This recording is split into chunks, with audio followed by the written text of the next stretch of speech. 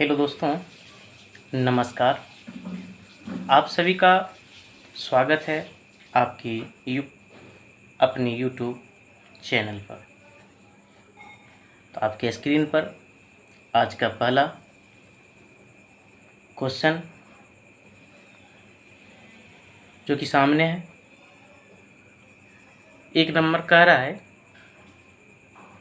निम्नलिखित में से किस अंग्रेज अधिकारी ने पुर्तगालियों को सोली के स्थान पर हराया था। बताया जा कि अंग्रेज के द्वारा पुर्तगाली को एक सोली स्थान पर था, वह किस जगह हराया था, यह क्वेश्चन आपसे पूछा जा रहा है।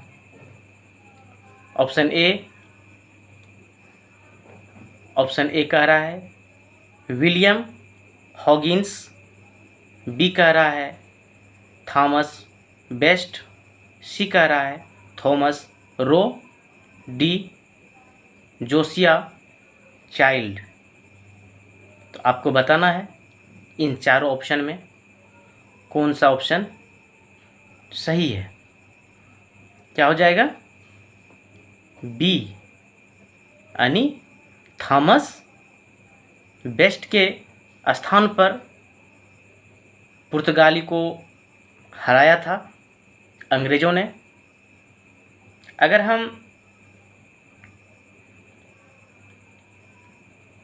इन स्थानों की बात करें तो जिसने कि विलियम्स हॉगिंस ने जहांगीर के समय जो कि भारत आया था, वहीं अगर हम जहांगीर की बात करें तो उन्होंने 400 का मनसब प्रदान किया था जहांगीर के नेतृत्व में। इन चीज़ों को ध्यान में रखिएगा। नेक्स्ट क्वेश्चन 2 नंबर कह रहा है, भारत में 1612 ईस्वी में अंग्रेज ने अपनी पहली फैक्ट्री कहाँ स्थापित की थी। आपको बताना है कि 1612 ईस्वी में अंग्रेज भारत में पहली फैक्ट्री कहाँ स्थित की थी, स्थापित किया था। Option A Goa, B Bengal में हुगली, सी आरकोट, डी सूरत। आपको बताना है क्या हो जाएगा?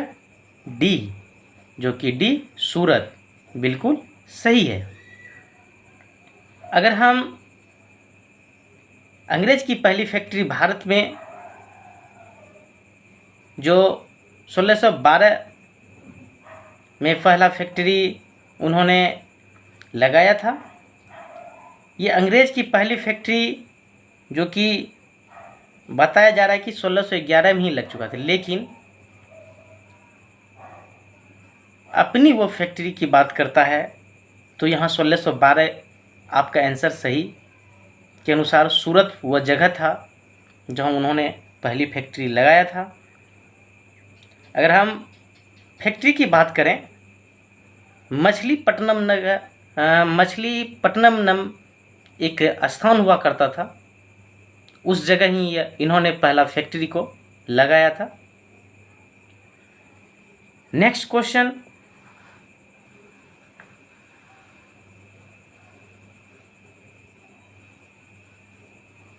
आपके स्क्रीन पर 3 नंबर कह रहा है, महाराज रंजीत सिंह का संबंध था। आपको बताना है कि महाराज रंजीत सिंह का संबंध था किससे था। ऑप्शन ए सुकर किया मिल्स थे, बी रामगढ़िया मिल्स से, सी अलहुआ लिया मिल्स से, डी उपयुक्त में से कोई नहीं। क्या हो जाएगा?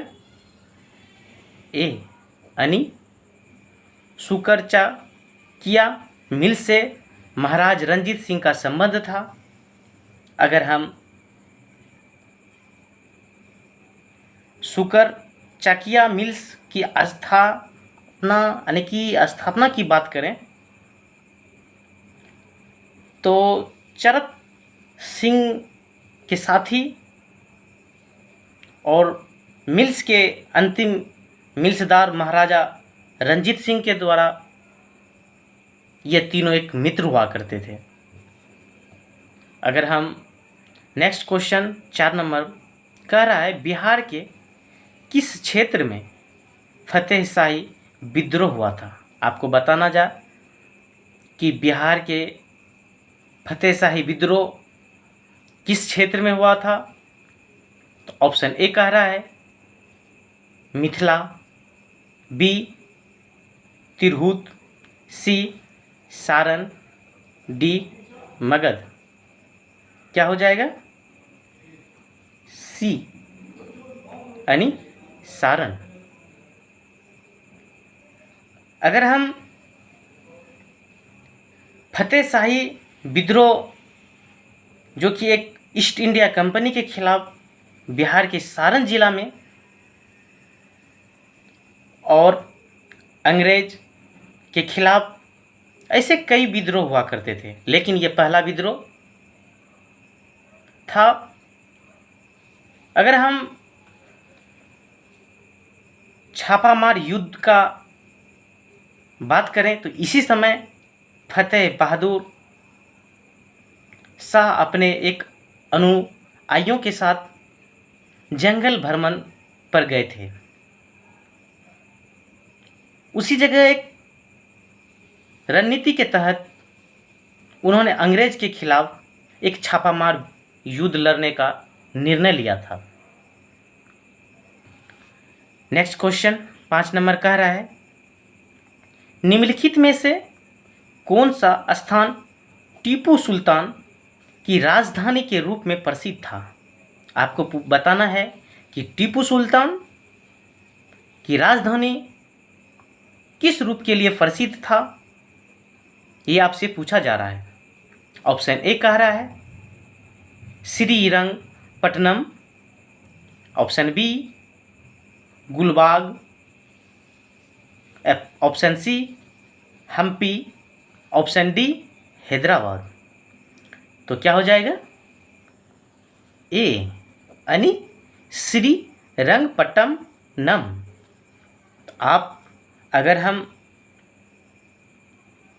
टीपू सुल्तान की राजधानी जो कि श्रीरंगपट्टनम थी और टीपूरंग सुल्तान फ्रांसीसी से प्रेरित होकर जोगबिन क्लब का स्थापना किया था, तब उन्होंने स्वतंत्रता के वृक्ष को लगाया था। उनकी वीरता इतना प्रभावित था कि उसके पिता हैदर अली उसे शेर ए मैसूर की उपाधि दी थी। नेक्स्ट क्वेश्चन आपके स्क्रीन पर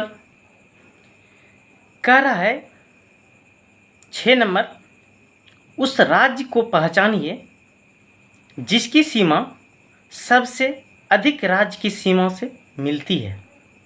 option A Assam, B Uttar Pradesh, C Maharashtra, D Jharkhand. किसकी सीमा सबसे अधिक राज्य से सीमा से लगता है, इन चीज़ों को आपसे पूछा जा रहा है, जो कि उत्तर प्रदेश आपका बिल्कुल राइट आंसर है। तो अगर हम उत्तर प्रदेश की सीमा रेखा की बात करते हैं, जो कि 8 राज्य केंद्र शासित प्रदेश से लगती हुए एक क्षेत्र, जो कि आप अगर ध्यान में रखना चाहते हैं तो मध्य प्रदेश, छत्तीसगढ़, बिहार, साथ ही साथ झारखंड, हरियाणा, हिमाचल प्रदेश, उत्तराखंड, राजस्थान और केंद्र शासित प्रदेश दिल्ली, इन सारे चीज़ों से राज्य केंद्र शासित प्रदेश से सबसे लंबी सीमा लगता है। नेक्स्ट क्वेश्चन 7 नंबर कह रहा है, तेलंगाना राज्य निम्न में से किन राज्य के समूह से घिरा हुआ है? आपको बताना है कि तेलंगाना राज्य किन राज्यों के समूह से घिरा हुआ है, ये आपसे पूछा जा रहा है। ऑप्शन ए कह रहा है तमिलनाडु, कर्नाटक, आंध्र प्रदेश एवं ओडिशा। बी ऑप्शन कह रहा है छत्तीसगढ़, ओडिशा, महाराष्ट्र एवं कर्नाटक। सी ऑप्शन महाराष्ट्र, कर्नाटक, आंध्र प्रदेश एवं छत्तीसगढ़। डी ऑप्शन मध्य प्रदेश, छत्तीसगढ़, कर्नाटक एवं आंध्र प्रदेश। क्या हो जाएगा? सी यानी महाराष्ट्र, कर्नाटक, आंध्र प्रदेश एवं छत्तीसगढ़ राज्य के समूह से तेलंगाना राज्य घिरा हुआ है। अगर हम तेलंगाना राज्य की बात करें तो वहीं यह राज्य दक्षिण पूर्व में आंध्र प्रदेश, उत्तर और पश्चिम में महाराष्ट्र, साथ ही साथ पश्चिम में कर्नाटक, वहीं उत्तर पूर्व में छत्तीसगढ़ स्थित है। नेक्स्ट क्वेश्चन आपके स्क्रीन पर 8 नंबर कह रहा है कर्क रेखा किस राज्य से होकर गुजरती है? जैसा कि आप लोग जानते हैं कर्क रेखा आपका 8 राज्य से होकर गुजरता है। वहीं आपसे यह भी पूछा जा रहा है कि निम्न में या तो फिर नीचे दिए गए ऑप्शन में किस राज्य से होकर गुजरता है। तो इन चीज को बताना है, जो कि 8 राज्य आपका राजस्थान, वहीं बात करें मध्य प्रदेश, छत्तीसगढ़, झारखंड, पश्चिम बंगाल, त्रिपुरा और मिजोरम से होकर गुजरती है। क्या option A Meghalaya, B Uttar Pradesh, सी बिहार और डी उड़ीसा? क्या इन ऑप्शन में आपको कहीं मिल रहा है?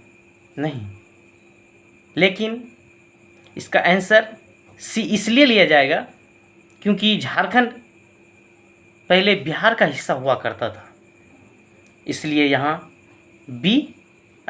सी जो कि बिहार आपका बिल्कुल सही आंसर है।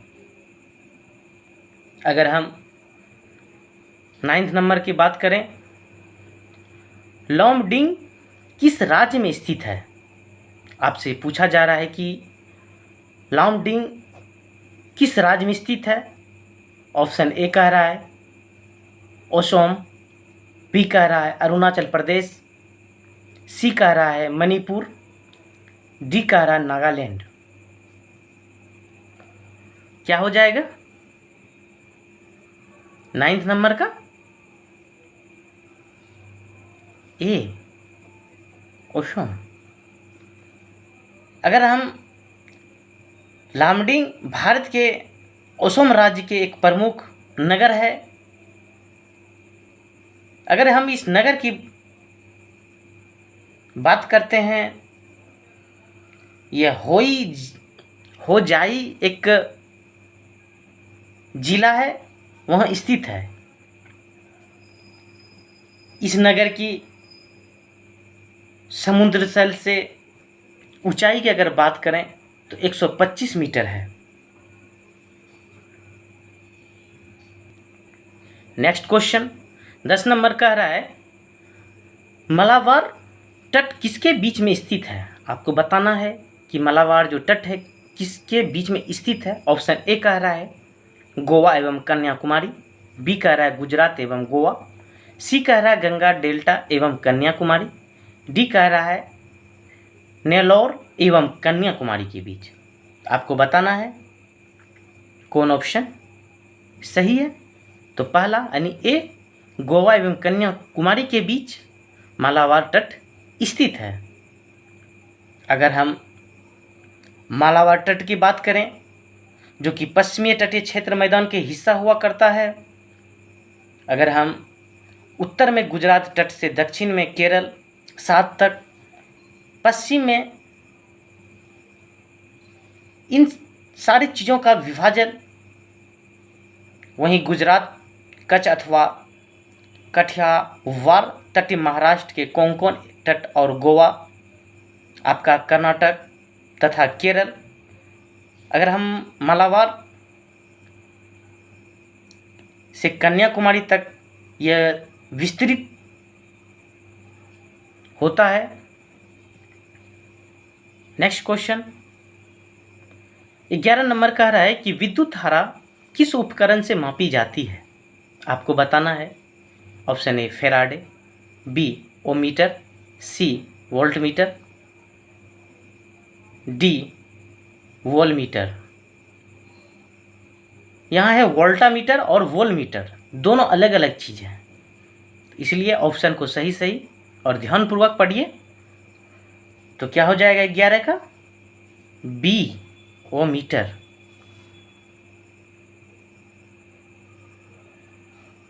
तो नेक्स्ट क्वेश्चन आपके स्क्रीन पर 12 नंबर कह रहा है अति सूक्ष्म वस्तु को देखने के लिए प्रयोग किए जाने वाले प्रकाशित उपकरण है। आपको बताना है कि सूक्ष्म वस्तु को देखने के लिए किस प्रकाशित उपकरणों का उपयोग किया जाता है। ऑप्शन ए कह रहा है माइक्रोस्कोप, बी कह रहा है इलेक्ट्रोस्कोप, सी कह रहा है एस्कोट्रोप, डी कह रहा है स्टेथोस्कोप। तो आपको बताना है कि चारों ऑप्शन में कौन ऑप्शन सही है। तो माइक्रोस्कोप सूक्ष्म वस्तु को देखने के लिए उपकरण माना जा रहा है। अगर हम इलेक्ट्रोस्कोप की बात करें तो विद्युत आवेश की उपस्थिति में बताने वाला ये एक उपकरण है। अगर हम स्टेथोस्कोप की बात करते हैं तो ये माने कि विद्युत आपका चुंबकीय विद्युतीकरण का जो स्पेक्ट्रम बनाता है ना, उसको मापने का एक यंत्र है। अगर हम स्टेथोस्कोप की बात करें तो हृदय तथा फेफड़ा के आवाज़ सुनने एवं वाले एक यंत्र है, उसे हम स्टेथोस्कोप कहते हैं। नेक्स्ट क्वेश्चन आपके स्क्रीन पर 13 नंबर कह रहा है निम्नलिखित में से कौन सदिश राशि नहीं है। देखिए आपसे पूछा जा रहा है कि निम्नलिखित में से कौन सदिश राशि नहीं है। पहला ऑप्शन गति, बी वेग, सी बलाघूर्ण, डी विस्थापन। क्या हो जाएगा 13 का? ए, जो कि सदिश राशि नहीं है, यानी गति सदिश राशि नहीं है। वहीं अगर हम सदिश राशि का बात करते हैं, सदिश राशि भौतिक राशि होता है जिसमें कि परिणाम के साथ साथ दिशा भी होता है, वह सदिश राशि कहलाता है। जैसे में आपका विस्थापन, त्वरण, संवेग, पलाघूर्ण, वेग और ताप प्रवणता, ये सारी चीज़ सदिश राशि के अंतर्गत आता है। वहीं अगर हम अदिश राशि की बात करें, वो भौतिक राशि हुआ करता है जिसमें केवल परिणाम होता है और दिशा नहीं होता है, जिसमें कि गति, आयतन, दाब, द्रव्यमान, घनत्व, तापमान, ये सारी चीज़ें अदिश राशि के अंतर्गत आता है। नेक्स्ट क्वेश्चन 14 नंबर कह रहा है कि निम्नलिखित में से कौन सी राशि ओदिश राशि है। देखिए आपको अभी जस्ट 13 नंबर का क्वेश्चन, ओदिश राशि में क्या सब होता है, अगर अच्छी तरह से सुने होंगे तो इनका सही आंसर बता सकते हैं। ऑप्शन ए कह रहा है समानार्थ, बी वेग, सी बल, डी संवेग। क्या हो जाएगा? ए यानी समार्थ। समार्थ ये जो है एक ओदिश राशि है। अगर हम सदिश और ओदिश के विश्लेषण आपका 13 नंबर क्वेश्चन में बताए, सेम उसी के आधार पर यह क्वेश्चन पूछा गया था। अगर उनको ध्यानपूर्वक सुने होंगे तो 14 नंबर का आंसर आप लोग अवश्य बता दें कमेंट में। तो आज का लास्ट सवाल 15 नंबर आपके स्क्रीन पर कह रहा है निम्न में से कौन सी ओदिश राशि है। जस्ट आपको विश्लेषण 13 नंबर में सदिश राशि साथ ही साथ ओदिश राशि के बारे में संपूर्ण जानकारी देने का प्रयास किए। अगर उनको ध्यानपूर्वक सुने होंगे तो ऑप्शन को देखकर आप ओदिश राशि को बता सकते हैं। ए कह रहा है बल, बी कह रहा है दाव, सी कह रहा है वेग और डी कह रहा है त्वरण। आपको बताना है कि ओदिश राशि कौन है। क्या हो जाएगा? बी यानी दाव, जो कि एक ओदिश राशि है। अगर आपको ये वीडियो पसंद आए तो अपने दोस्तों के साथ अवश्य शेयर करें, साथ ही साथ लाइक करना ना भूलें। धन्यवाद।